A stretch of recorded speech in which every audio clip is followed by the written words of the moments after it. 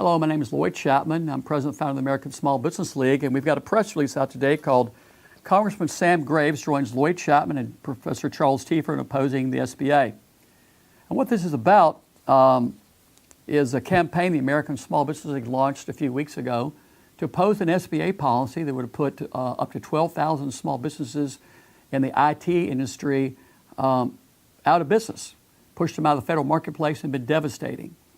And the current small business size standard for information technology value-added resellers is 150 employees, and the SBA want to remove that and replace it with 27.5 million, which is ridiculously low in the federal marketplace where the profit margins are 5%. But the main thing I want people to understand is I think what really made a difference in this is Professor Charles Tiefer. So the American Small Business League retained him to take a look at this proposal because we thought it looked pretty strange. We didn't think the SBA had the legal authority to do this. And sure enough, Professor Tiefer looked at it and found out that, as we suspected, the SBA doesn't have the legal authority to do this. And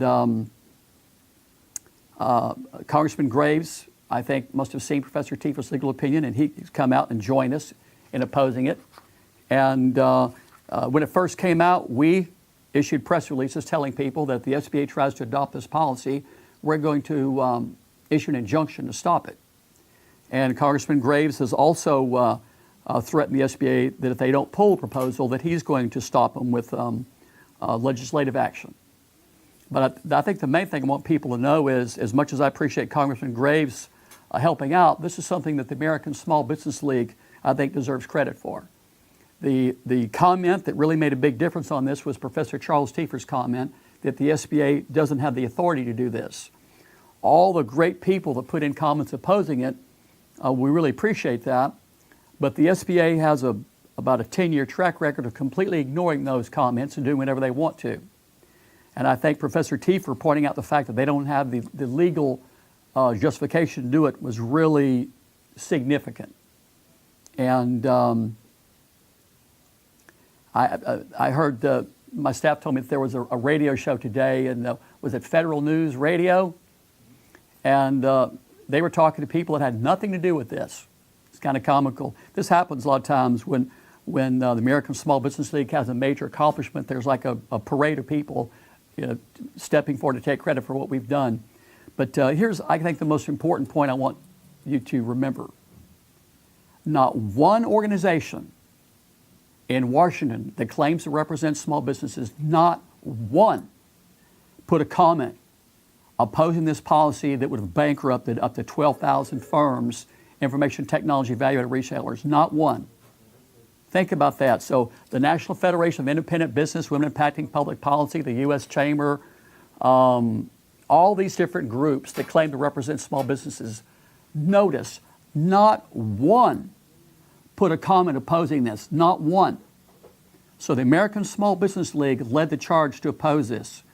I did a couple of national radio shows. We issued press releases. We launched a national campaign to oppose it. So when you think about who your advocates are here in America, if you're a small business working in the federal marketplace, the American Small Business League appears to be your only friend. And if you disagree with me, try to look at the comments the SBA got and find any group that you think represents your interest, and notice that they said nothing. They said nothing. No comments, no press releases, no nothing. No legal opinions, no nothing. Only the American Small Business League. So that's a fact. So I'm very proud of what we've done, and I just want small businesses to get organized. You don't have to get organized around the American Small Business League, but just get organized. And of course, I think the American Small Business League has earned people's support. And I just think it's time the small business get organized. By the way, the next challenge is the Republican Congress is going to try to close the SBA in early 2015. Like the sun's going to come up tomorrow, within a matter of days of the Republican Congress convening, they're going to try to close the Small Business Administration by combining with the Department of Commerce. And it's going to be difficult to stop them. And of course, the American Small Business League, as it has always done, is going to lead the charge to stop them. So get organized, people. United we stand, divided we fall. Is that what Abraham Lincoln said? Yeah, see, I remember that from like high school. Okay, my name is Lloyd Chapman, the American Small Business League, and thanks for watching.